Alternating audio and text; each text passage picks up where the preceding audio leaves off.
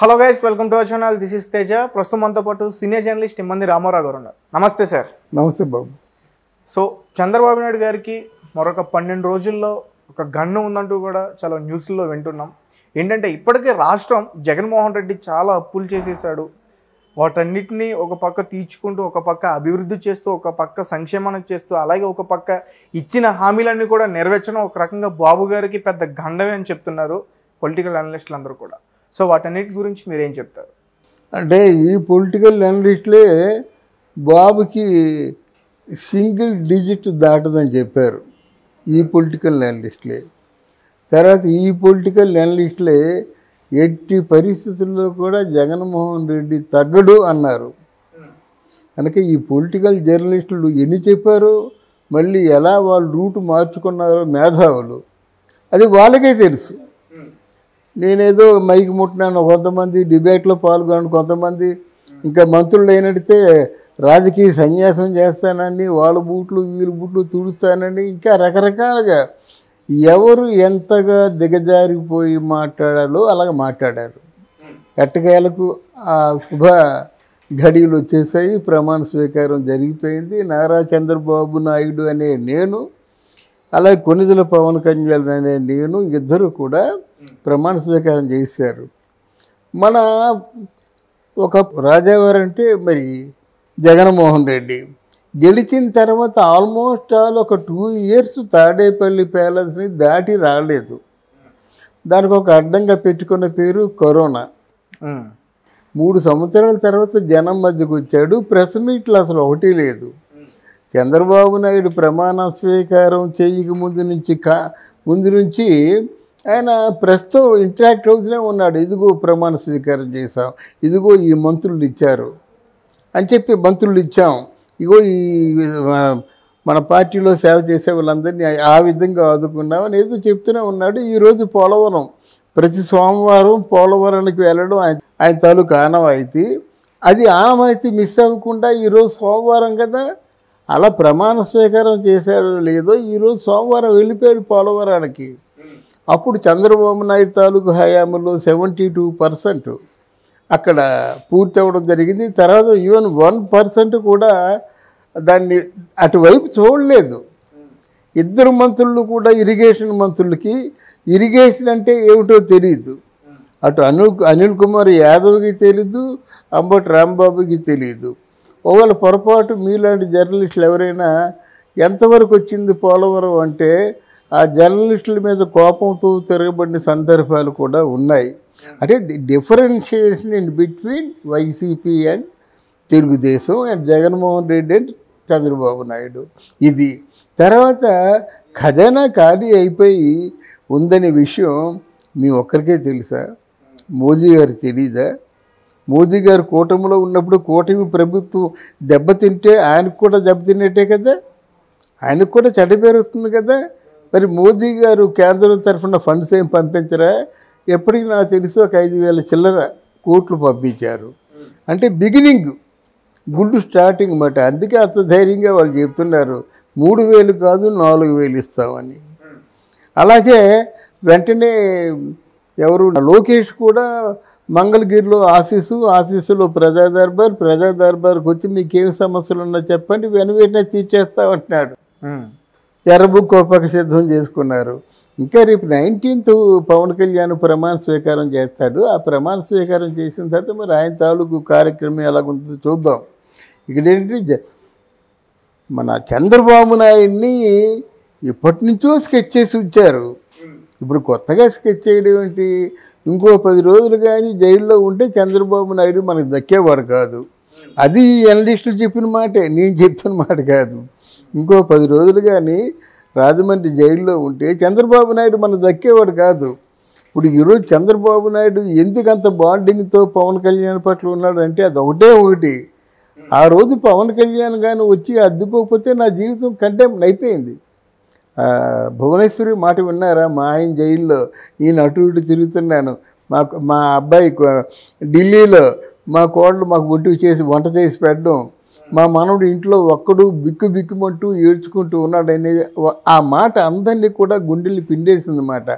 అటువంటి స్థితి నుంచి ఈరోజు చంద్రబాబు నాయుడు అనే ప్రమాణ స్వీకారం, ఆ ప్రమాణ స్వీకారానికి మోదీ రావడం ఇంత అత్యంత వైభవంగా ఉంది కదా. ఎవరైనా ప్రత్యర్థులు చేసే పని అదే. ఎందుకంటే ఎన్ని విధాల వాళ్ళకి ఎదురు తీద్దాం అనుకున్న అన్ని విధాలా ఊడిపోయారు. ఇంకా మిగిలింది ఏంటంటే ఆ చంద్రబాబు నాయుడు లేకుండా చేయడం. అది ఎవరైనా చేసే పనే. అయితే ఒకరు లేకుండా చేద్దాం అనుకుంటే అవదు. ఆ కాలం కర్మం కలిసి వస్తేనే ఆ పని జరుగుతుంది. కానీ ఏదో నా కోపం ఉన్నంత మాత్రంలో అవతలని చచ్చిపోమంటే ఎలాగవుద్ది? మీరు ఎంత సుపారీ పే చేసినా, ఎంత రెక్కి నిర్వహించినా భగవంతుడు అంటుంటాడు. ఆ భగవంతుడు ఆపు చేస్తారన్నమాట. ఇక్కడ చంద్రబాబు నాయుడుకి వచ్చే డోకా ఏమీ లేదు. మన ఎక్కడ అమరావతిలో తీసుకున్న ల్యాండ్ అలాగే ఉంది. ఈ నెక్స్ట్ మంత్ నుంచో ఈ మంత్ నుంచో మొదలవుద్ది మాట. 4 పారిశ్రామికవేత్తల్ని రమ్మంటాడు. ఒక్కొక్కరికి 500 ఎకరాలు ఇస్తాడు. లేదా ఒక్కొక్కరికి 250 ఎకరాలు ఇస్తాడు. ఒక పరిశ్రమ పెట్టుకోమంటాడు. పెట్టుకున్న తర్వాత ఏంటంటే మాకు పర్సంటేజ్ ఉంటుంది. వీళ్ళేం చేస్తారంటే కరెంట్ ఏదో రాయితీ ఇస్తారు, ల్యాండ్ లీజుకి ఇస్తారు, అంటే ల్యాండ్ మీద ఖరీదు లేకుండా. తర్వాత ఏంటంటే వచ్చిన ప్రాపర్టీ కానీ ఏదైనా ఉందంటే అవుట్పుట్ మీద 40% ఎంతో షేర్ అడుగుతారన్నమాట. మీకు బ్యాంకులో ఫిక్స్డ్ డిపాజిట్ వేసుకుంటే ఎలాగైతే నెల ఈ మనిషి బతకడం చాలా తెలుసా. 1 కోటి రూపాయలు ఫిక్స్డ్ డిపాజిట్ చేసుకున్నాం అనుకో, నెలకు 75,000 వస్తాయి కదా. 70 కనీసం చెప్తున్నాను, 90,000 కూడా వస్తాయి. అట్లాంటి బ్యాంకులు ఇంట్రెస్ట్ అది నువ్వేం కష్టపడటం లేదు. అక్కడ అలా పడేసి వస్తాయన్నమాట. అలా ఇంతవరకు డెడ్ ల్యాండ్ లాగా ఉంది, అది చచ్చిపోయిన భూమిలాగా ఉంది. కానీ అదేమైనా కొంచెం ఉపయోగించుకున్నారా? అదే ల్యాండ్ సింగపూర్కో, జపాన్కో, అమెరికాకో, ఆస్ట్రేలియాకి ఇచ్చినట్టయితే వాడు పరిశ్రమ నెలకొల్పుతాడు. వాడేమో కావాల్సిన రాయితీ ఆ ల్యాండ్ మీద డబ్బు ఇవ్వడు. ఒకటి నేను ఇవ్వలేనంటాడు. కరెంటు ఇవన్నీ కూడా కొంచెం రాయితీ అడుగుతాడనమాట. అడిగిన తర్వాత పర్సంటేజ్ నీకు వస్తుంది కదా నెల. ఈరోజు మనకి దగ్గర 80,000 కోట్ల రూపాయలు ఇన్కమ్ నెలకి మన తెలంగాణలో. ఈ 80,000 కోట్ల రూపాయల ఇన్కమ్ ప్రభుత్వం తెచ్చుకుంటుంది కాదు, అవుట్ ఆఫ్ ఇండస్ట్రీస్ వలన వచ్చింది. మనకి సెపరేట్ అయినప్పటికీ 60,000 కోట్లు, ఇప్పుడు 80,000-90,000 కోట్ల రూపాయల ఆదాయం వస్తుంది. ఈ ఆదాయం ఎక్కడి నుంచో పుట్టుకొచ్చింది కాదు, మన దగ్గర ఎస్టాబ్లిష్ చేసిన పరిశ్రమల నుంచి వచ్చిందన్నమాట. అలాగే సంపద సమకూర్చుకోవాలి. కానీ ఇలాగ ఏదో అనుకుంటే పని చేయకంటే డబ్బు ఎలాగ వస్తుంది బాబు? రాదు కదా. అందువల్ల వీళ్ళు పనిచేయడం మొదలు పెడతారు. పనిచేయడం మొదలుపెట్టి పరిశ్రమలు తీసుకొచ్చి రాయితీలు వాళ్ళకిచ్చి లాభం వీళ్ళు తీసుకొని. ఎందుకు చిన్న ఉదాహరణ చెప్తా. విశాఖపట్నంలోనూ లుల్లు కంపెనీ ఒకటి ముందు ఎస్టాబ్లిష్ చేశారు. లులు మాల్. అది అంటే ప్రత్యక్షంగా 10,000, పరోక్షంగా 5,000, అంటే 15,000 మందికి ఉపాధి కలిగించేటువంటి మాల్ అది. వాళ్ళు వర్క్ స్టార్ట్ చేశారు. అందులోనే సినిమా థియేటర్లు, అందులోనే పిల్లల పార్కులు, అందులోనే అన్ని మాల్సును, ఇది గుండు సూదు నుంచి ఇంకెంతవరకు మాట. అంత గొప్ప మాల్ అన్నమాట. అక్కడ లేనిది ఇంకెక్కడ ఉండదు. తీరా స్టార్ట్ చేస్తున్నట్టుగా ఆపేశారన్నమాట. మీకు ఎన్ని ఎకరాలు కావాలన్నాడు. అంటే మాకు 10-15 ఎకరాలు పడుతుంది ఎలాగాను అని చెప్పాడన్నమాట. నో, ఎకరం ఇక్కడ 4 కోట్లు, బయట 10 కోట్లు ఉంది, నేను 4 కోట్లు. 4 కోట్లు చొప్పున 15 ఎకరాల్లో 20 ఎకరాల్లో ఎన్ని ఎకరాలు తీసుకుంటే తీసుకో. అంటే సపోజ్ ఒక 25 ఎకరాలు తీసుకుంటా అనుకోండి, 100 కోట్లు ముందు పే చేయాలి. నువ్వు కరెంటు తీసుకున్నావు అనుకో, కరెంటుకి పే చేయాలి. ఇక్కడ 75% మాత్రం ఉద్యోగాలు ఇవ్వాలి. ఇది కండిషను. ఇది వైసీపీది. ఇదేంటి ఇది? ల్యాండ్కి నేను డబ్బు ఇవ్వడం ఏంటి? తర్వాత మరి కరెంటు ఏమాత్రం రాయితీ ఇవ్వకపోతే మొదట్లో ఎస్టాబ్లిష్మెంట్ ఖర్చు అయిపోద్ది కదా. తర్వాత సంబంధిత వర్కర్స్కే ఉద్యోగం ఇస్తాం. కానీ మీరు ఎవరిని తీసుకోబట్టి మేము ఎలా తీసుకుంటాం? వద్దురా బాబు, మీ తాలూకు పెర్మిషన్ వద్దు, మీరు వద్దని చెప్పి బెంగళూరు వెళ్ళిపోయారు.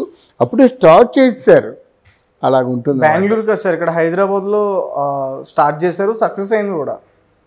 అది కాదు, అక్కడ పెద్ద మాల్ అండి, అది ఇంటర్నేషనల్ మాల్, ప్రపంచవ్యాప్తంగా పేరు వచ్చేలాగా అక్కడ బెంగళూరులో స్టార్ట్ చేశారు మాలు. నెంబర్ 1గా రన్ అవుతుందన్నమాట. అది సంపద సృష్టించే మార్గాల్ని మనం కాలదన్నుకొని ఖజానాలో డబ్బు ఖాళీ అయిపోయిందంటే ఖాళీ ఎలా అవ్వకుంటే ఎలాగుంటుంది?